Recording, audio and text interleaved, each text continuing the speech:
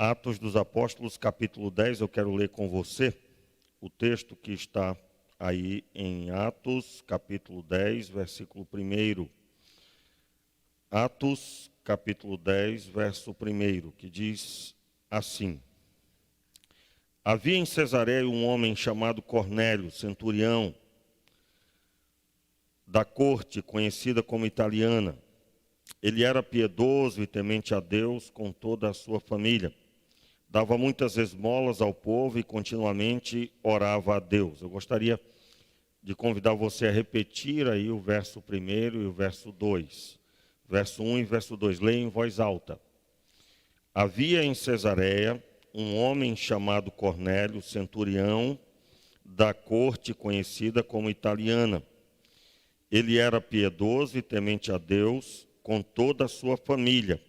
Dava muitas esmolas ao povo e continuamente orava a Deus. Este homem, quase às 3 da tarde, viu claramente uma visão em que um anjo de Deus se aproximava dele e dizia: Cornélio.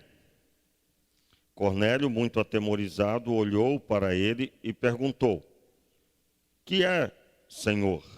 Respondeu-lhe o anjo: As tuas orações e as tuas esmolas têm subido para a memória diante de Deus. Vamos orar mais uma vez? Feche os seus olhos, eu creio que você, família. Vamos orar? Meu Pai, é no nome de Jesus que nós oramos e te pedimos ajuda, Senhor. Ajuda este teu filho que está agora, Senhor, orando, pedindo a tua graça, a tua misericórdia. Nós estamos na tua presença e reconhecemos que somente o Senhor pode mudar a nossa história. Somente o Senhor pode fazer com que o nosso coração seja transformado. E então, Pai, te pedimos, ajuda-nos, Senhor.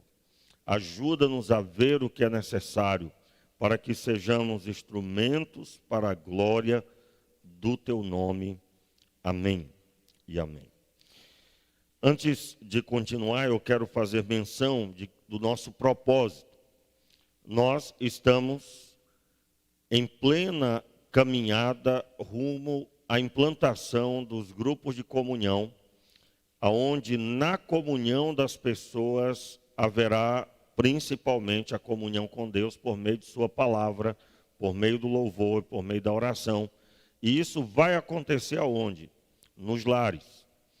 Desde o começo, quando nós lançamos o desafio de você fazer durante 2 domingos o culto doméstico, que é o culto em casa com os seus familiares, você estava sendo desafiado a desenvolver aquilo que você já tem recebido. Você tem recebido da parte de Deus a sua graça, a sua misericórdia. E é claro, com isso, nós estávamos caminhando sem anunciar o que agora estamos fazendo. É claro, desde o começo nós tínhamos esse propósito.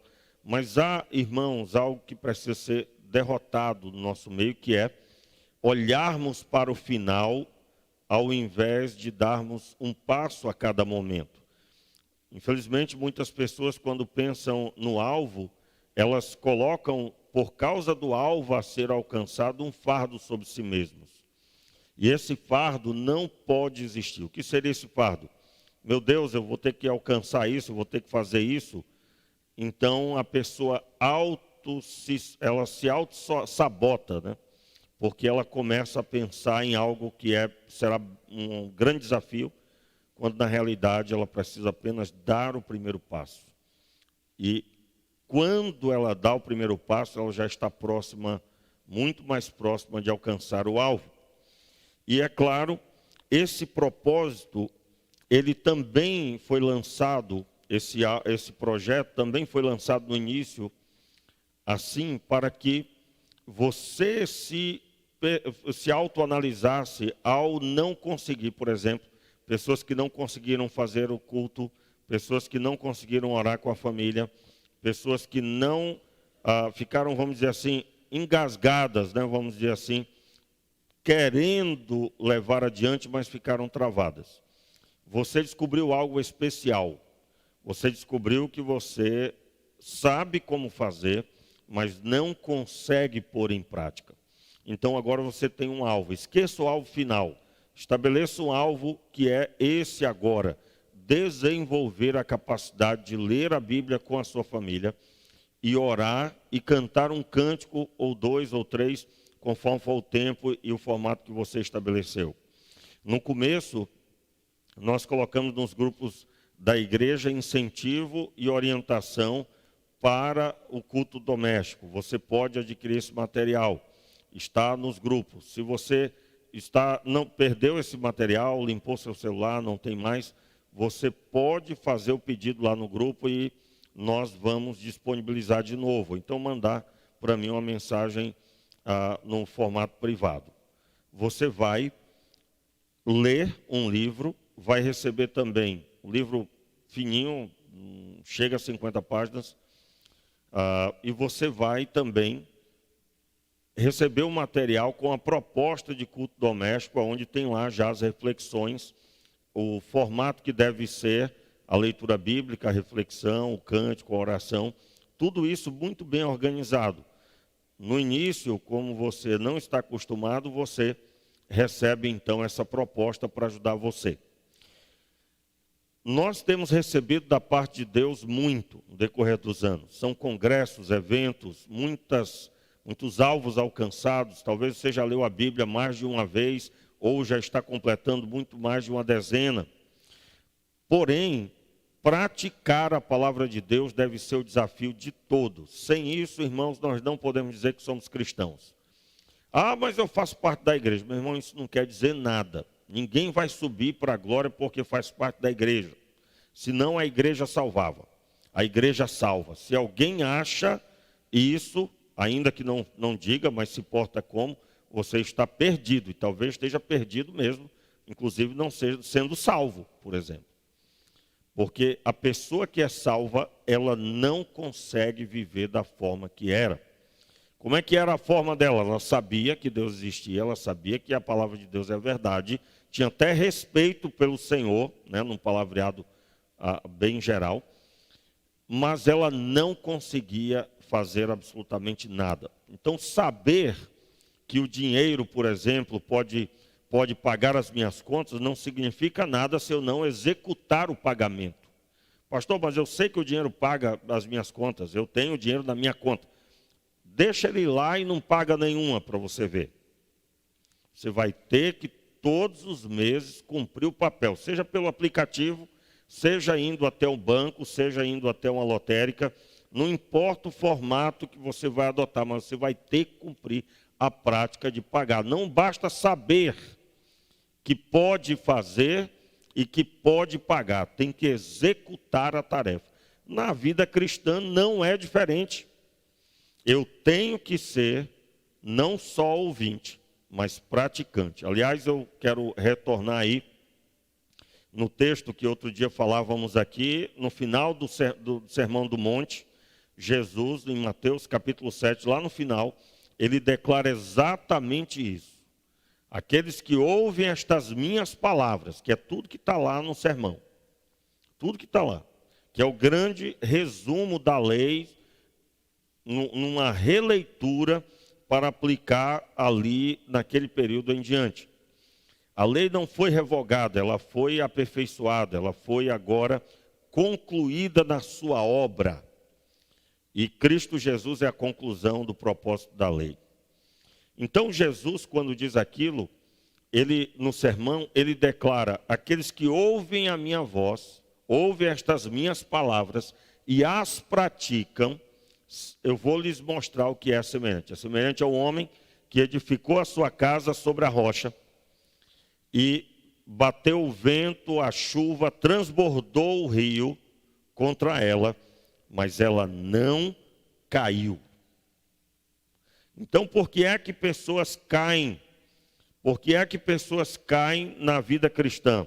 Largam o caminho, se desviam, ou então vivem uma vida cristã de altos e baixos e mais por baixo, né, do que no alto. vamos dizer assim, porque passaram em algum momento a só ouvir a palavra. A pessoa ouve que tem que liberar perdão, mas não libera perdão. Não praticou a palavra, só ouviu, reteve o conhecimento. Ela ouve que tem que entregar dízimos e ofertas, mas não pratica e não faz conforme Deus mandou. Ela ouve que tem que ler a Bíblia, mas não lê a Bíblia, então ela só ouviu, não praticou. Então, se você tem descoberto, irmãos, e eu vou dizer aqui para todos os membros, não fique absolutamente se sentindo pressionado. Olha só, aliás, olha aqui para mim, você que está em casa, os irmãos estão aqui no templo. Eu estou dizendo, Deus me constituiu pastor desse rebanho, seu pastor, eu sou seu pastor. E o seu pastor está dizendo, nós precisamos seguir a orientação do sumo pastor. Pastor que é pastor, vai trabalhar para apontar para Deus, ou seja, quando você olhar para mim, eu vou estar apontando para Deus, olhe para Ele. Eu quero ser instrumento de Deus para que você tenha contato com o Senhor. Mediador é Jesus, mas eu digo no que diz respeito ao meu trabalho de orientar com o estudo da palavra, com orientação. E nesse momento, quem não quer praticar está aborrecido, chateado. Talvez você pensou até em procurar outra igreja. Não faça isso. Não faça isso. Eu uso um termo aqui bem agressivo, né? Talvez você até já ficou até escandalizado com isso, mas um termo agressivo que eu uso, eu digo sempre assim, não estou chamando você para pecar, estou chamando você para servir a Deus. Irmãos, nós não podemos ficar sabendo que temos que amar, sem amar, tem que praticar. E o que nós estamos agora trabalhando é esse confronto. Eu vou dizer para você que eu tenho sentido a falta de muita gente postando a foto no grupo. Meu coração sofre como pastor de ovelhas. Até ontem eu ouvi um grande pregador, né, falando que se ele pudesse dar um conselho ao apóstolo Paulo, ele diria assim, que Paulo não sofresse tanto com a desobediência daquelas igrejas que não ouviam a sua orientação, seu ensino, quando ele mandou as cartas para Corinto, por exemplo. Talvez a igreja de Corinto foi a que mais deu trabalho para o apóstolo Paulo. Foram 2 cartas e cartas enormes, enormes. Quando a gente pensa assim, carta, a gente lembra daquela carta que era uma página, né, que alguém mandava para nós. Tenta transcrever numa folha de papel o que Paulo escreveu. Era a carta que ele mandou para Corinto. Aí você tem uma ideia. Todo tipo de problema tinha em Corinto, irmãos. Todo tipo de problema que você possa imaginar tinha em Corinto. Então, o apóstolo Paulo, ele realmente, ele sofria no sentido de se incomodar com o distanciamento do povo para com o Senhor. É claro que o pregador que disse isso falou dizendo que ele precisava descansar em Deus, que é Deus que transforma as pessoas. Mas ao mesmo tempo, quem é pastor não consegue ver a ovelha sair do rebanho e não sofrer com isso. E não ser impulsionado. Quero lembrar, irmãos, tire a sua visão sobre sair do rebanho, alguém que sai da membresia, tire a sua visão disso. Esqueça isso. Porque todo mundo que sai da membresia já tinha se desviado do rebanho no coração. Alguns há muito tempo. Mas eu tenho pelo menos 24 anos liderando, sendo líder, desde novinho na fé. Mas como pastor, pouco mais de 15 anos. Já liderei cerca de 3 congregações antes de ir para o seminário, né? E tive um trabalho intenso no período do seminário aqui no Rio de Janeiro, ali na capital. Então já vi muita coisa, eu posso considerar, não tanto quanto tantos outros pastores, mas já vi alguma coisa que me trouxesse um entendimento de algo muito grave. Irmãos, o que nós vemos hoje de alguém fraco na fé não é uma coisa que aconteceu naquela hora. Não é. Por exemplo, um adultério. Se você soube que alguém caiu em adultério, meu irmão, essa pessoa já estava no processo de queda para cair há pelo menos talvez 1 ano, 6 meses. Eu já encontrei situações de que a pessoa guardou aquele mal na vida dela durante anos a fio. Ou seja, durante anos, dentro da igreja, muitas vezes, no convívio cristão, seja lá desde o começo da minha trajetória, por isso que eu faço questão de dizer isso. Irmãos, é incrível como isso começou com a permissividade liberada, a pessoa permissiva para com a queda, para com sair do princípio, e um deles principais é não praticar a Escritura, não pôr em prática o que houve. Então, meu irmão, se você está aborrecido, incomodado, talvez você está nessa rota de destruição.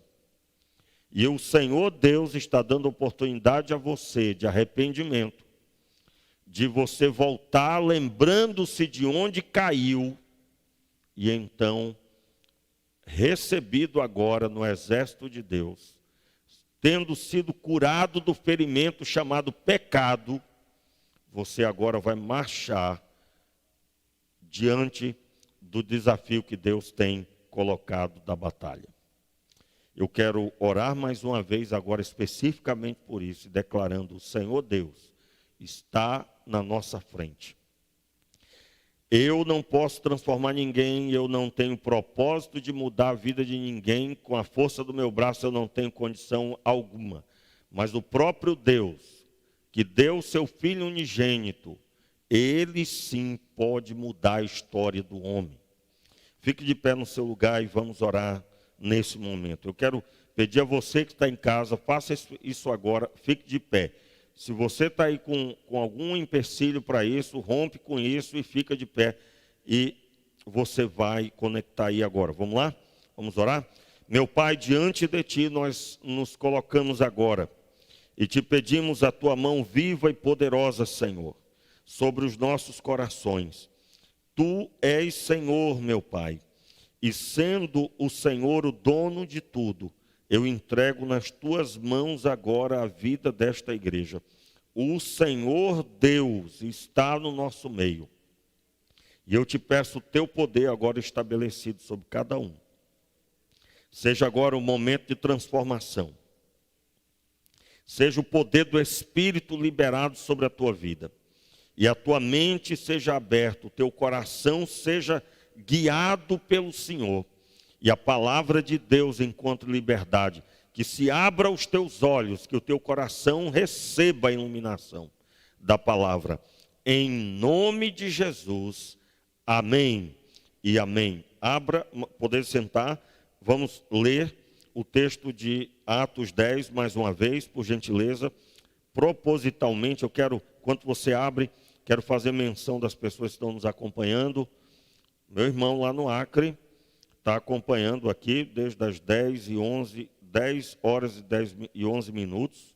Meu irmão mais velho, Jean Gonzaga, está acompanhando, e tem também o irmão Oséias, o William, esposo da irmã Solange. E nós temos também aqui pelo Facebook, nós temos também outros irmãos, a Camila, o William também. Muitas vezes são dois lugares a pessoa está conectada, né? Bem comum isso. E pelo menos 28 pessoas pelo Facebook estão agora acompanhando e 7 pessoas pelo YouTube.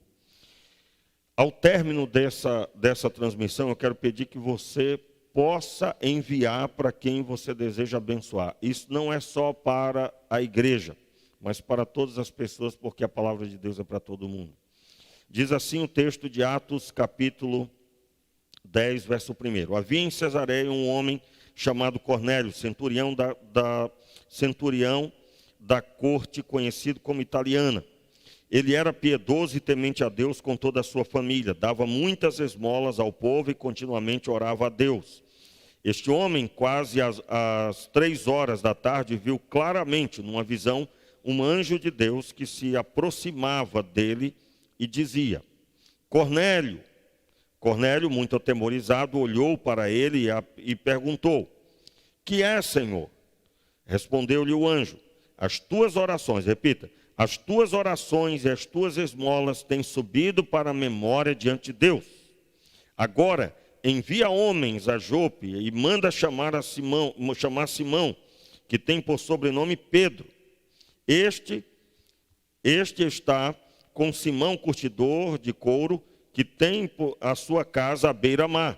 Ele lhe dirá o que deves fazer. Mais à frente, no versículo 9 em diante, Pedro também recebe uma visão. Deus fala com Pedro a respeito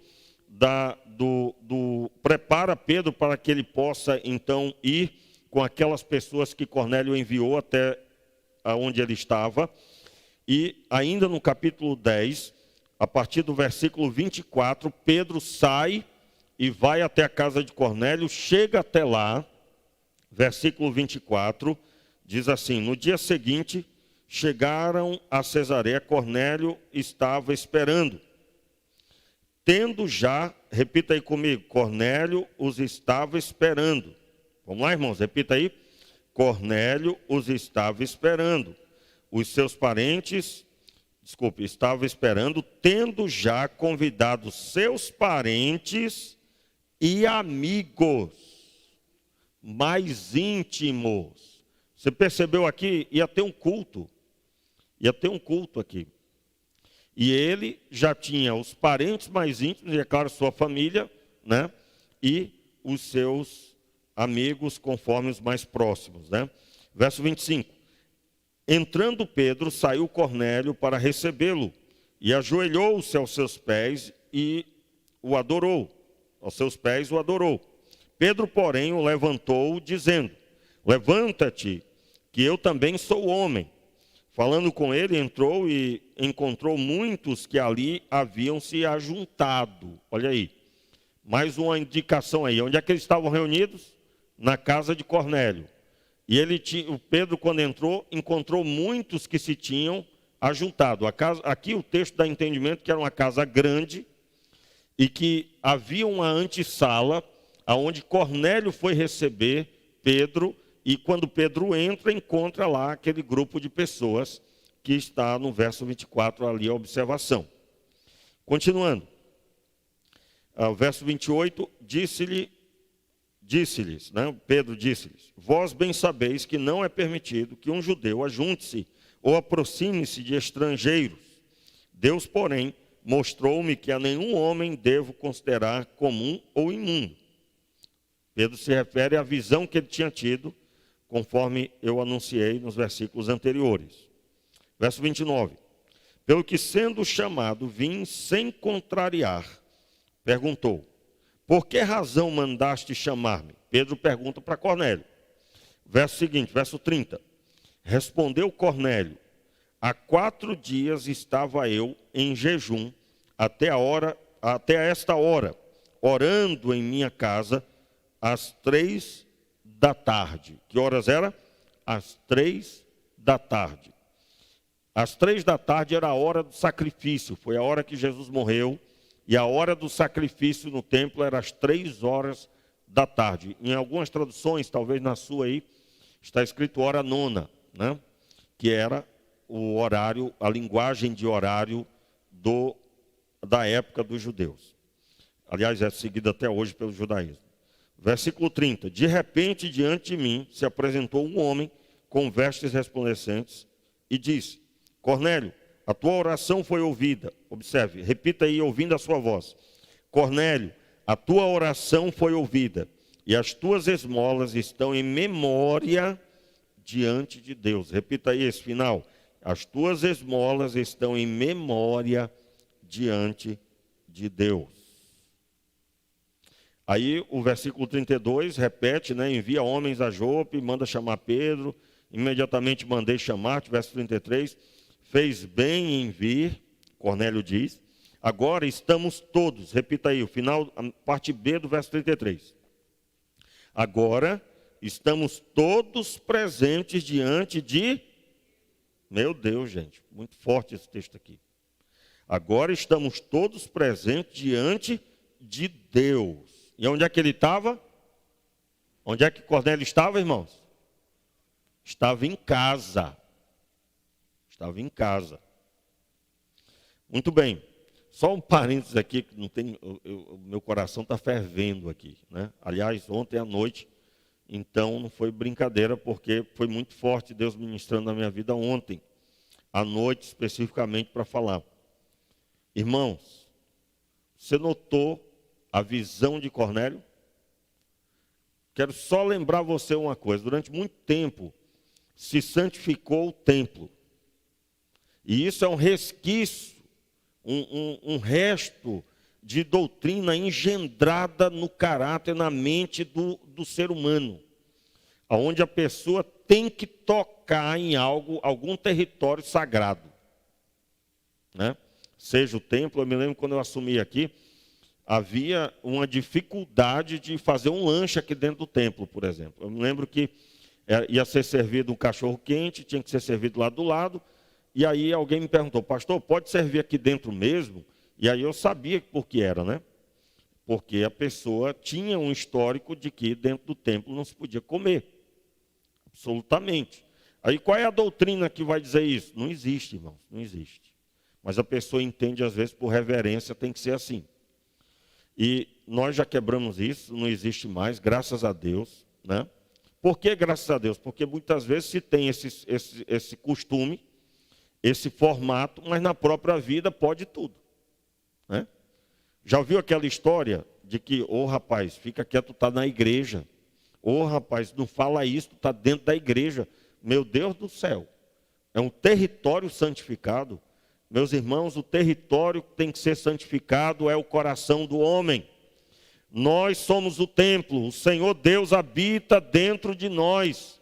Então nós é que temos que ter o cuidado de não permitir o pecado entrar, e se entrar, o sangue de Jesus nos purifica de todo pecado. Nós vamos nos lançar em arrependimento. Então, aqui, o Cornélio era liberto desse pensamento, mesmo um praticante da doutrina do Antigo Testamento, mesmo um praticante da lei, ele entendia que ele estava ali, diante de Deus. Ele já entendia isso. Pastor, de onde ele tirou isso? Meu irmão, a Bíblia está cheia desses textos. A Bíblia vai dizer em 2 episódios, pelo menos, não é o nosso assunto, mas que Deus passeia pela terra, que Ele vê tudo, e Ele acompanha os homens nas suas obras para dar a eles conforme as obras que praticam. Então, Deus não é um senhor de idade que não enxerga e nem ouve e está sentado lá na sua cadeira há milhares de anos. Não, não. Ele está sentado no trono e governa. E governar significa acompanhar todas as coisas. Não tem uma coisa sequer que aconteça sem Ele saber e ordenar. Ninguém pode se esconder dele. O próprio texto, Paulo vai dizer que se eu fizer minha cama no abismo, Ele vai estar ali. Aliás, o salmista, mas no Novo Testamento também, o apóstolo Paulo deixa claro isso inúmeras vezes. Então, eu quero identificar aqui para você. Você deverá se reunir na sua casa entendendo que Deus está lá com você. Tudo muda a partir daí, irmãos. Tudo muda, tudo muda. E Cornélio tinha isso. Voltando agora para o texto. Vamos lá. O versículo 33, a parte B. Agora estamos todos presentes diante de Deus para ouvir tudo o que foi ordenado pelo Senhor. Abrindo Pedro a boca, disse. Aí ele começa a pregar do verso 34 até basicamente o verso 43. Leia aí o versículo 44, por gentileza. Dizendo Pedro ainda essas palavras, desceu o Espírito Santo sobre todos os que o ouviam. Preste bem atenção aqui, meu querido. Dizendo Pedro ainda estas palavras, desceu o Espírito Santo sobre todos os que o ouviam. Quem é que ouvia Pedro? Os amigos mais próximos de Cornélio, mais íntimos, e a família, os familiares de Cornélio ouviam. Ouviam o quê? A palavra de Deus. gostaria muito de ler as palavras de Pedro, ele explicando a respeito da salvação em Jesus. Não é o nosso assunto em si, mas aqui estava sendo pregado a palavra de Deus. Pregado aonde? Em casa. Em casa. Então, meu irmão, o que é um culto doméstico? Você fazendo conforme Cornélio fez. Reunindo a sua família. Você reunindo a sua família, estando diante de Deus. Tendo consciência de que Deus está ali e você está na presença dele. E aí, olha o que aconteceu. Não foi preciso nem terminar de pregar. O Espírito Santo caiu sobre eles. O Espírito Santo caiu sobre eles. Verso 45. Os judeus, seguidores de Jesus, que haviam vindo com Pedro, Pedro levou com ele alguns, maravilharam-se de que o dom do Espírito Santo se derramasse também sobre os gentios, pois os ouviam falar em línguas e engrandecer a Deus. Então perguntou Pedro: pode alguém recusar a água para que não sejam batizados esses que também receberam, como nós, o Espírito Santo? E mandou que fossem batizados em nome do Senhor. Então lhe pediram que ficasse com eles por alguns dias. E aí tome discipulado, né? Eles foram aqui, certamente, aqueles dias que Pedro ficou, foi o primeiro discipulado, o início do discipulado, o início da doutrina, início do entendimento sobre a vinda de Jesus. Jesus é o cumprimento da palavra dos profetas. Jesus é o Cordeiro de Deus que agora já tinha tirado o pecado do mundo. E então Pedro ficou com eles. Meus irmãos, o que aconteceu aqui deu o que falar. O verso 11, no verso 1 diz: ouvindo os apóstolos que os irmãos que estavam na Judéia, também os gentios, tinham recebido a palavra. Aí segue o texto, Pedro agora vai explicar o que aconteceu. Preste atenção aqui agora, movendo especificamente a pregação nessa manhã. Nós vamos ficar juntos até 11h30 somente. Pode ficar tranquilo, nós vamos terminar no horário. Mas basicamente, nós temos aqui o modelo a ser seguido por todo aquele que deseja ver este final. Se eu perguntar se você quer ver o Espírito Santo cair sobre os seus familiares, o cair aqui é porque ele não foi convidado do formato que Pedro conhecia. Vamos fazer uma oração. Vocês creem que Jesus é o Cristo? Vocês creem que ele veio para perdão dos pecados? Enfim, aí agora vamos orar para que o Espírito Santo seja sobre a vida de vocês. Não. Caiu aqui, é que foi um impacto, meu amigo. Isso gerou um impacto naquele lugar. E era a casa de Cornélio. Eu quero declarar sobre a sua vida, meu irmão, se a sua casa já foi palco de discussões, problemas que você não gosta nem de lembrar, eu quero chamar a sua atenção para que você veja com os olhos bíblicos e você contemple que você será levantado como um Cornélio e você vai se esforçar para que a palavra de Deus venha sobre a sua casa como Cornélio se esforçou. Como assim ele se esforçou, pastor? Ele mandou chamar a Pedro, irmãos. Isso aqui tem material, muito material aqui, você sabe. Quando nós pensamos em ouvir a palavra de Deus, meu irmão, tem que injetar. Você precisa injetar recurso. Você pode ter sua Bíblia em casa, mas para poder explicar a Bíblia, você tem que, às vezes, investir em estudo, em estudar, comprar material, comprar dicionário, comprar material de uma forma geral. E isso requer investimento. E aqui eu quero deixar claro uma coisa para você. Vamos aqui falar um pouco sobre isso. Investimento para alcançar o que nós alcançamos aqui. O grande problema, talvez sua mente está travando aí o que eu estou falando agora. Por quê? E quando a mente trava para aquilo que o pregador está falando, que é uma luta interna, né?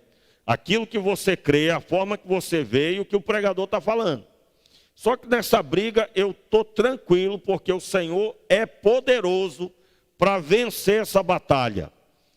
O Senhor Deus é poderoso para vencer essa batalha. Você está me entendendo? Você não é inimigo do pastor e nem inimigo da pregação. Não estou dizendo isso. Você não veio aqui para olhar e dizer, sou contrário. Não, não é nada disso que eu estou falando. Eu estou falando do eu, que quer tomar o controle. Cada um de nós tem que todos os dias declarar morte à carne. E declaramos morte à carne quando nós declaramos ela crucificada com Cristo.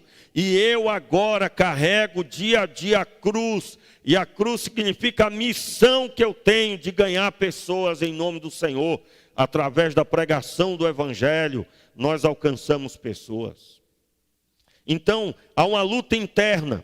Há uma luta interna que precisa ser vencida pela palavra de Deus, e a palavra de Deus é suficiente para vencer essa batalha. Agora, a orientação para você, você precisa identificar em você as travas, os empecilhos, a crença limitante, uma incredulidade que está muitas vezes maquiada. Vou dar um exemplo para você, eu acabei de falar de investimento. Tem que investir, meu irmão, tem que investir. É preciso investir. E aí, eu vou dar só um exemplo para você, só um exemplo rápido. Nessa hora pode vir aí uma barreira. Por quê? Porque se entende que as coisas de Deus é de graça. As coisas de Deus é de graça. Meu irmão, a salvação é gratuita. Eu quero só lembrar que ninguém aqui poderia pagar. Tá? Quando a Bíblia diz que é de graça, pela graça sois salvos, ou seja, de graça, pela graça, né? O pela graça significa que eu e você não tínhamos condições de nem chegar perto do valor que é a salvação. Mas Ele, porque nos ama, resolveu nos dar. E para isso ser legalmente, espiritualmente legal que eu estou dizendo aí no sentido das leis que o próprio Deus instituiu, Deus não aceita na sua presença o pecado. Um pecador não pode ter comunhão com Deus. Muito bem, então Deus olhou e disse, não pode não? Quem foi que instituiu essa lei? Fui eu. Muito bem, fui eu. Então eu vou mandar o meu filho vai obedecer, e ele vai conseguir fazer o que Adão não conseguiu, e ele vai como homem. E ele vai sim morrer pelos maus, sendo meu filho, e ele agora vai ser modelo de vida para eles seguirem. Até aqui, eles seguiram Adão. Estão debaixo da maldição que Adão buscou. Adão pecou e o pecado de geração em geração veio sobre os homens. Muito bem, eu vou plantar o meu filho, gerar o meu filho na terra como homem. E ele terá da minha parte a santidade, pois é meu filho. E permanecerá firme até a morte, morte de cruz. E quando ele morrer, todo aquele que for discípulo dele, dizendo, eu não quero mais a minha vida, eu quero a vida de Jesus em mim, será recebido por mim na minha presença. Eu vou ouvir a oração dele, porque eu ouvi do meu filho. Por isso que oramos em nome de Jesus, Senhor, dai-nos isso. Senhor, em nome de Jesus, dai-nos aquilo. Dizemos aos demônios, em nome de Jesus, ordeno, sai dele. Os demônios obedecem a Deus. E Deus manifestou a autoridade na terra no Cristo homem. E o Jesus homem permaneceu firme perante Deus, vencendo as trevas. E então os demônios têm que obedecer à autoridade constituída, conquistada e constituída por Jesus. Então, meu querido, qual é o foco aqui do que eu estou falando? Sai dessa de que salvação é de graça. Porque se fosse de graça, Deus não teria feito o trabalhão que ele teve. Não é de graça, e o de graça aqui, tire a sua visão de dinheiro e coloque a sua visão em fazer tudo o que estiver ao seu alcance para alcançar o alvo. Grande empecilho. Não precisa investir não, a gente abre a Bíblia e o Espírito Santo orienta. O Espírito Santo não é professor de português. O Espírito Santo não é professor de hebraico nem de grego. Então, eu tenho que estudar o português, eu tenho que saber o sinônimo das palavras. O Espírito de Deus não fará o que eu tenho que fazer. E aí eu estou repreendendo agora a preguiça. Você que é um crente preguiçoso, largue esse negócio. Eu tenho para mim que tem um demônio da preguiça, irmãos. Tenho para mim, porque Deus mandou trabalhar. Se o cabo não gosta de trabalhar, só pode ser um capeta, esse negócio que eu oprime, né? Você tem que ser liberto da preguiça. Porque muitos estão com preguiça. Preguiça. E a preguiça é uma desgraça. E com todo o uso da palavra, o que é desgraça? Sem a graça de Deus. Se você anda preguiçoso, vamos saber se é preguiçoso. Você levantou hoje, você não tomou banho, você não fez um monte de coisa. Porque hoje é domingo. Se hoje é domingo, então você não precisa fazer almoço. Você não precisa nem respirar, hoje é domingo.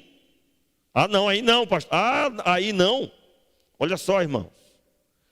O domingo não é um dia liberado para a pessoa deixar de viver. A vida requer esforço. Você vai ter que lavar essa louça, não tem jeito, mas hoje é domingo. Meu irmão, acaba com isso.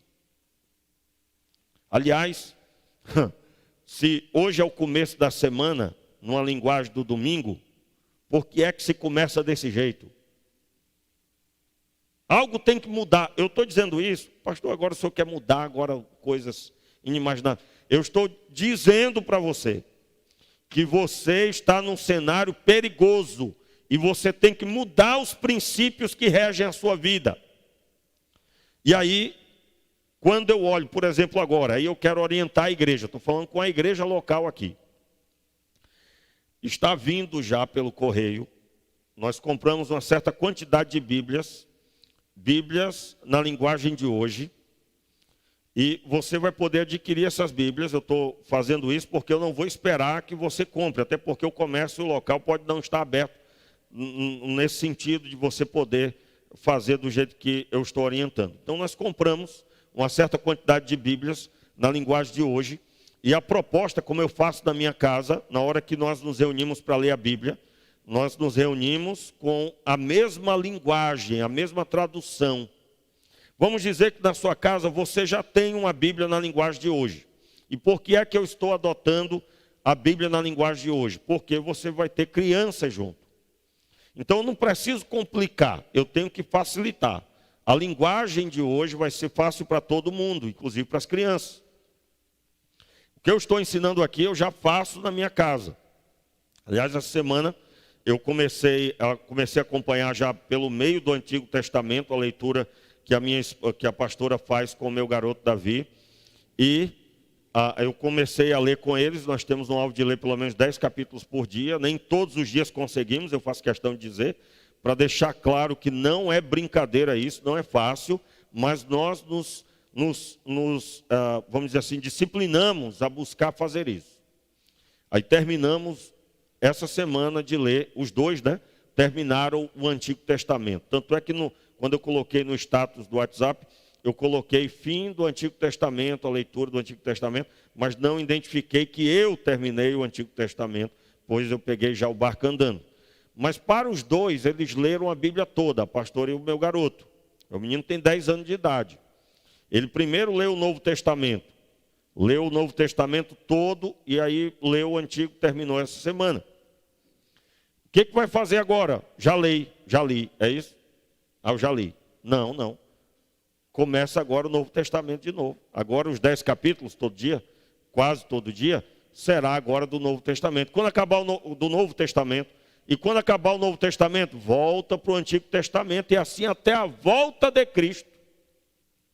Por quê? Porque nós temos entendimento que o único meio para uma pessoa, eu repito aqui, irmãos, olhe para mim aqui, em nome de Jesus. Você que está em casa, não se deixe levar por nada que está ao seu redor. Preste atenção. Só há uma garantia de que a nossa geração será uma geração abençoada. Só há uma garantia que os nossos filhos vão servir a Deus. É ouvindo a palavra de Deus. E não pode ser trechos da palavra, tem que ser toda a palavra.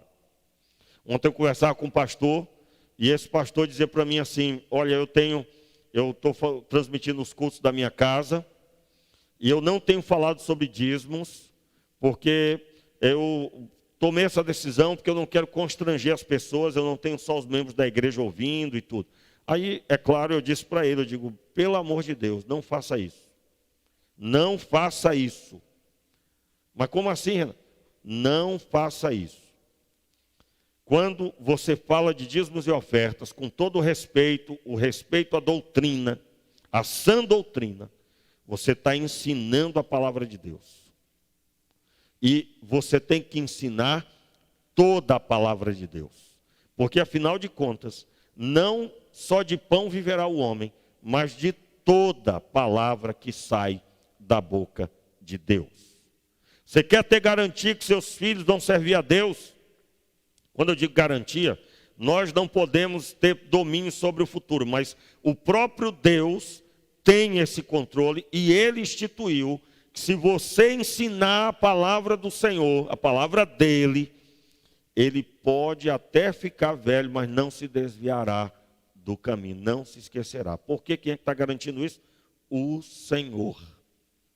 Então, eu tenho que injetar a Bíblia na minha casa. E eu estou citando isso como um exemplo, porque eu estou dizendo para você fazer, e eu tenho buscado fazer isso na minha casa, eu e a pastora. Nós temos buscado fazer isso na nossa casa. E eu tenho isso como algo que eu não poderia estar aqui ensinando se eu não estivesse fazendo. Sem a palavra de Deus no centro, não tem como, irmãos. Não há como. E aí o que eu vou propor a você? Você já tem uma Bíblia na linguagem de hoje, são 3 pessoas na sua casa. Você pode, pelo grupo do WhatsApp, você vai dizer aí quando terminar o culto. Você vai colocar aí, eu quero 2, eu quero 3, eu quero 4, eu quero 5. Você vai reservar já, até porque são só 80, só comprei 80. Só 80, depois fiquei até me sentindo incrédulo. Mas é uma forma de dizer para você que eu estou com todo o gás. Meu irmão, reserve logo, não fique na fila depois para esperar o próximo pedido. Você vai reservar, o valor vai ser o valor de custo, tá certo? Não chega a R$16 o valor, 16, 17 reais cada uma. E o objetivo não é falar de dinheiro, eu nem gosto de falar isso aqui, mas seja qual for o valor, você vai investir na sua família. Por quê? Porque nós queremos o Espírito de Deus derramado no nosso meio. Nós temos aqui um testemunho, né? Lá em casa também foi assim, o nosso garoto aceitou Jesus no discipulado em casa, na palavra de Deus em casa. Nós temos também a família do Flávio, se eu não me engano foi o Ítalo, né, Flávio, que aceitou Jesus. Só o Ítalo, né? O Nicolas foi aqui. Hein? O Ítalo foi em casa, o Nicolas foi aqui na igreja. Eu creio que nós temos outros testemunhos de outras pessoas, que apenas eu não estou lembrando agora.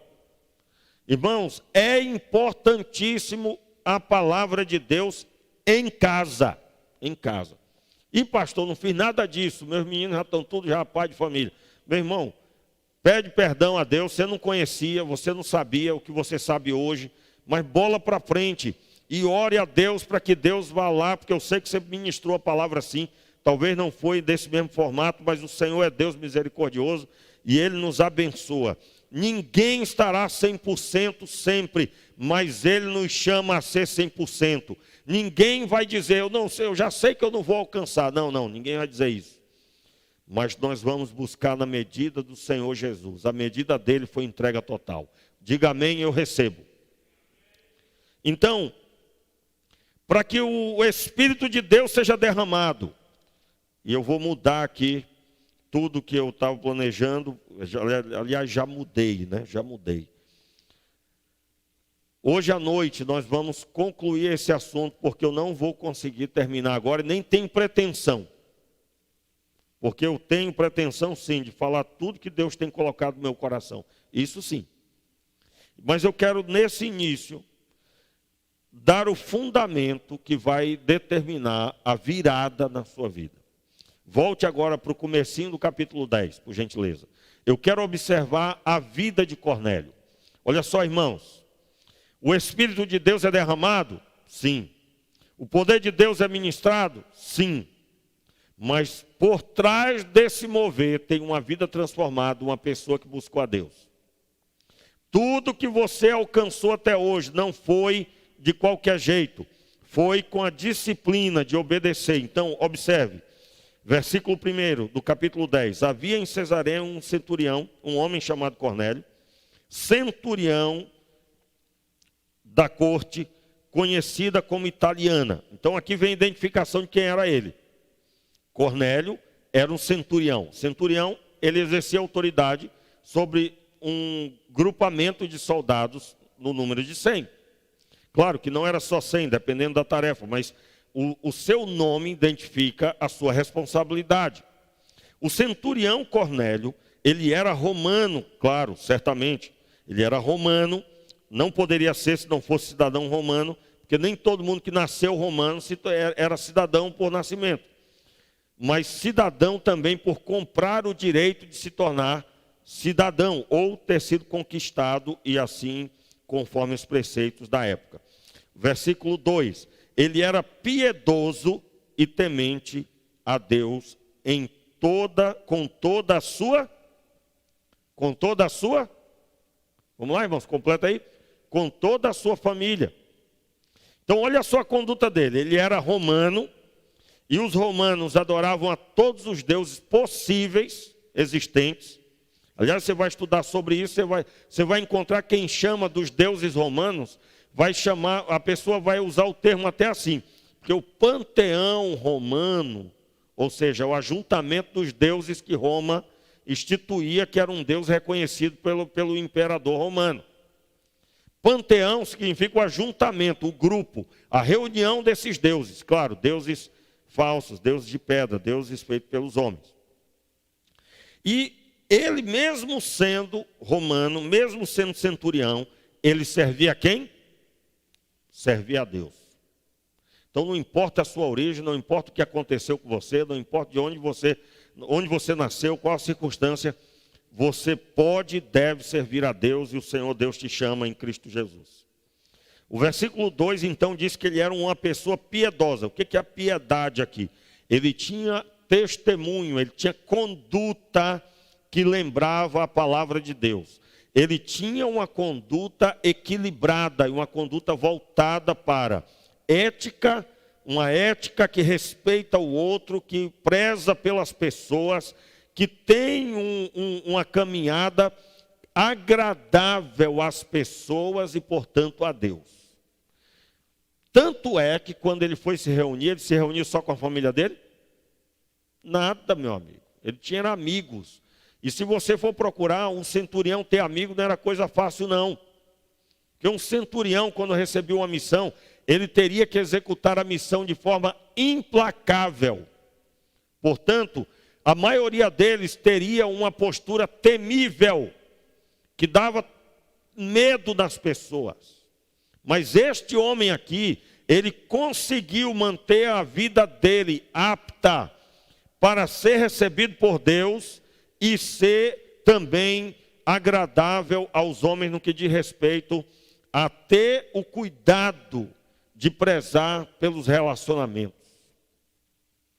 Quero lembrar você, quando João Batista foi procurado pelos guardas romanos, da multidão que era batizada, a multidão perguntava: e nós, o que faremos? Aí ele vira para alguém que era soldado romano e ele diz assim: não usem da autoridade de vocês para extorquir as pessoas, para tirar dinheiro das pessoas. Não usem da autoridade de vocês. Ou seja, esse centurião aqui, certamente ele respeitava as pessoas. Quando João Batista ensinou isso, ele estava dizendo: respeite as pessoas, não diminua, não as humilhe. Este centurião, quando a Bíblia diz ele era piedoso, ele tinha uma conduta agradável, ele era temente a Deus, o texto diz. E ele era temente a Deus com toda a sua família. Agora, preste atenção.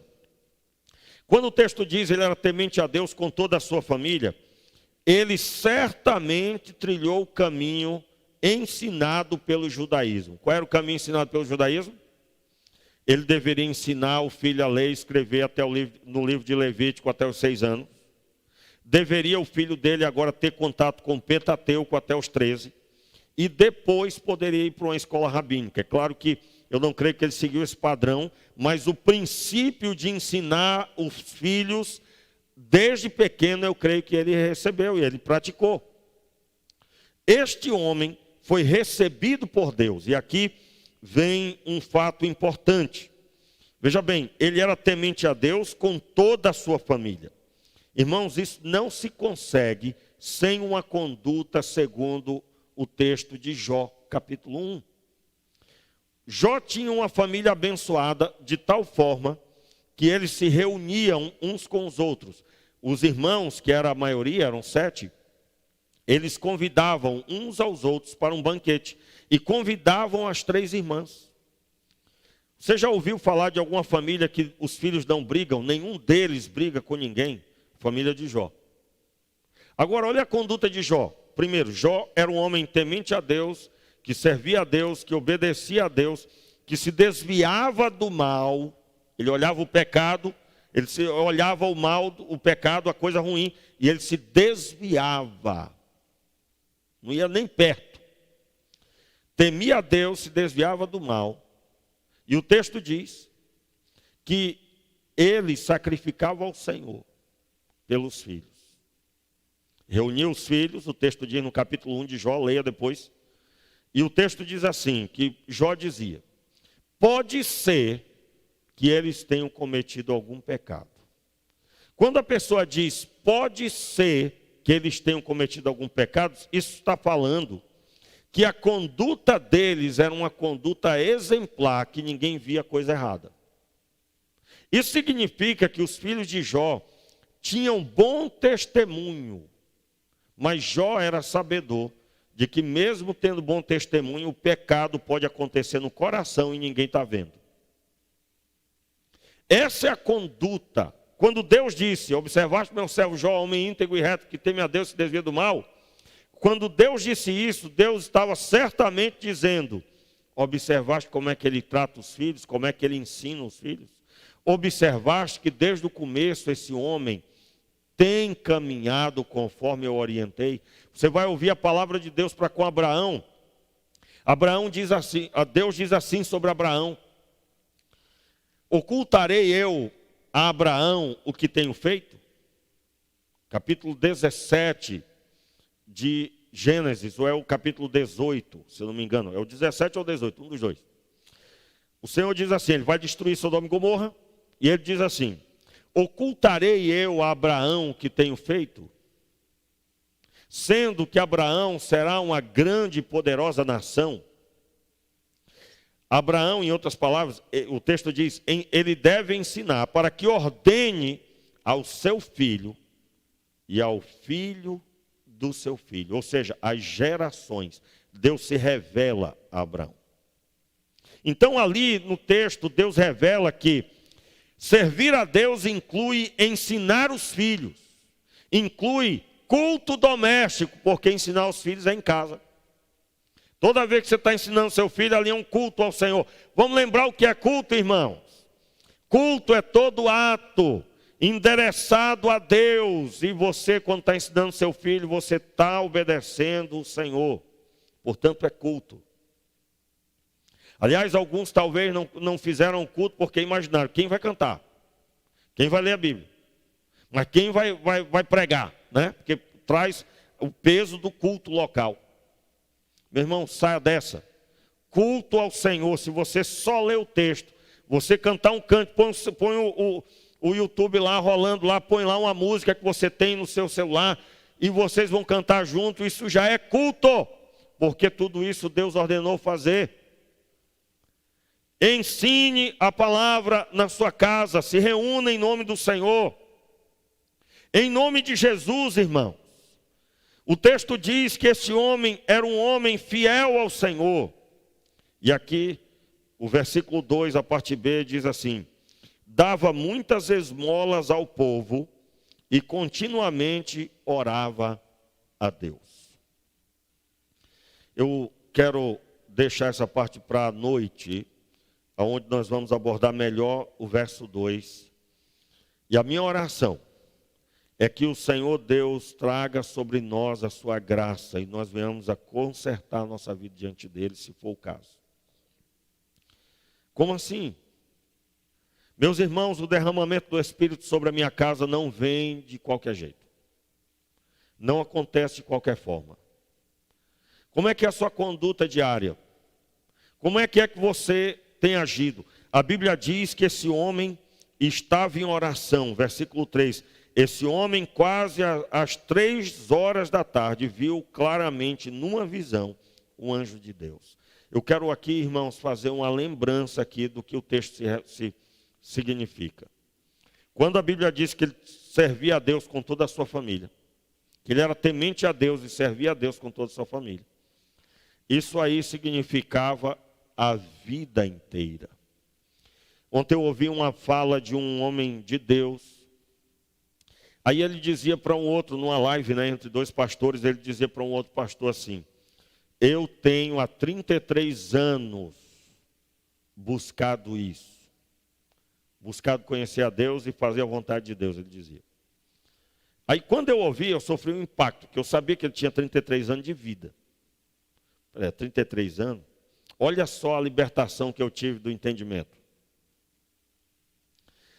Sem perceber, eu não incluí que uma pessoa é preparada por Deus desde o dia que nasceu. Aliás, na visão de Deus, antes de nascer, ele já idealizou. Na minha mente, e eu acho muito importante eu estar dizendo isso aqui. Porque há quem pense que pastor é super-homem, né? Meu irmão, eu estou aprendendo igual a você. Só temos responsabilidades diferentes. E talvez eu já tenha caminhado um pouquinho mais, ou não. Talvez no meio da membresia nós temos, talvez, eu não sei, eu não conheço o profundo da alma, só Deus conhece. Talvez nós temos aqui muito mais pessoas que ninguém talvez nem sabe que conhece mais a Deus do que o pastor e toda a diretoria junto. Que é isso, pastor? Estou falando para você, meu irmão. Diploma de seminário, caminhada de tempo na igreja, isso não quer dizer nada, porque conhecer a Deus tem que estar debaixo da palavra de Deus, transformado, e por trás disso tem uma caminhada de muito esforço. E esforço como? Tendo uma vida que transforma pessoas. Sabe o que a Bíblia está dizendo sobre Cornélio? Ele já estava desde o começo caminhando. Voltando lá para o que eu ouvi. O rapaz disse: olha, eu estou há 33 anos buscando isso, fazer a vontade do que Deus tem, eu tenho uma missão há 33 anos. Aí eu fui liberto ali naquele momento do entendimento. Porque na minha cabeça, eu estava bitolando que talvez ele só aprendeu a partir do momento que se converteu. Ele só aprendeu porque alguém ensinou no ano tal. Os irmãos estão me entendendo o que eu estou dizendo? Olha só o limite que a gente põe. Eu me lembro de uma situação, eu estava pregando o evangelho para uma pessoa na rua e a pessoa interferiu na pregação dizendo que queria aceitar Jesus. Eu fiquei, na primeira vez que isso aconteceu, porque foi algumas vezes, na primeira vez eu fiquei assim, calma aí, eu quase disse isso. Eu não terminei ainda vou fazer o apelo. Porque na cabeça da gente, na hora que eu fizer o apelo, ou seja, aquele momento de perguntar se ele deseja aceitar Jesus, é o momento que a pessoa vai entregar a vida a Deus. Isso não funciona assim, irmãos. Qual é a libertação do entendimento aí? Quando você nasceu, Deus já tinha declarado: este aqui vai ser meu profeta. Isso não dependeu do entendimento que você recebeu na igreja. Porque você foi idealizado por Deus para ser e pronto. Diga amém aí, meu irmão, eu recebo. Pastor, então se ele já idealizou, não tem que receber. Meu irmão, Deus já idealizou, mas você tem que tomar postura, declarando que você reconhece o chamado de Deus na sua vida. Como é que você vai se reunir na sua casa com esse temor de Deus que Cornélio tinha? Estamos nós aqui diante de Deus para te ouvir. Irmãos, Cornélio não sabia nem quem era Pedro, mas Pedro foi citado pelo anjo que apareceu. Então Cornélio já entendeu logo. Esse homem é um homem de Deus. Porque Deus não anda falando de quem não quer nada. Talvez você já deve ter pensado assim: pastor, eu queria tanto ouvir uma palavra de Deus, o Senhor dizendo meu nome. Meu irmão, para isso acontecer, meu querido, você tem que caminhar. Você tem que caminhar. Cornélio só foi receber essa palavra depois que a família já tinha entendido que Deus é o Deus único. E a família estava lá reunida. Hoje em dia o cara diz: vai ter culto doméstico. Aí o filho, eu não quero não. Aí veja bem, meu irmão, em nome de Jesus, vou encerrar. Como é que Deus vai ser respeitado na sua casa se os seus filhos não respeitam você? Como é que o Senhor vai ser respeitado se os seus filhos não respeitam a sua esposa? Quero lembrar que para a esposa ser respeitada, o marido tem que requerer isso dos filhos. Por quê? Porque você é a autoridade máxima, você é governador na sua casa. O Senhor te colocou como profeta de Deus, como aquele que vai fazer acontecer, como Cristo fez acontecer e nós todos fomos salvos. Então há uma caminhada longa. E aí depois o pai fica dizendo: meu filho, porque Deus, olha Deus. Meu irmão, primeiro passo para ele ter um encontro com Deus é a harmonia entre o relacionamento de pai, de marido e esposa e marido, e a forma que você conduz os seus filhos. Se seus filhos não respeitam você, não se admire se eles não respeitam a Deus. E não se entregaram ou não se entregam a Deus. Qual é a oportunidade que nós estamos tendo? Nós precisamos consertar a nossa casa. Nós precisamos consertar a nossa vida. Se você não dá nada a ninguém, irmãos, Cornélio era piedoso, ele dava esmola. Isso aqui eu vou explicar à noite, não dá agora. Mas ele tirava dinheiro dele para abençoar pessoas. Eu pergunto, financeiramente, você só pensa em você? Se você só pensa em você, você está desviado. Você está desviado. Que é isso, pastor? Meu irmão, você está desviado. Por quê? Grande problema para ouvir isso é que a pessoa já pensa: mas eu sou da igreja, né? Meu irmão, você está desviado do propósito. Você é um cristão, meu irmão. Se nós somos cristãos, nós temos que abençoar alguém. E abençoar não é dar dízimo e oferta. Muitas vezes você vai pagar para alguém que está precisando de uma coisa. Tem um garoto que você quer ajudar a mudar a vida dele, compra um livro, dá de presente. Meu irmão, está aqui o livro. Eu tenho 1000 recomendações para isso. Pastor, mas é muito difícil. Meu irmão, difícil era nos salvar e Jesus salvou. Isso é que era difícil. Mas o diabo o quê? O diabo não é nada, o diabo lá sabe de nada. Que conversa. Meu irmão, nós temos autoridade em Cristo Jesus. Nós não vamos tentar fazer, porque quem tenta é o diabo. Por que o termo tenta é o diabo? O diabo tenta, irmão. Tenta derrubar, porque ele não sabe se vai conseguir. Por que ele não sabe se vai conseguir? Porque ele não é onisciente, não é onipresente, não é onipotente.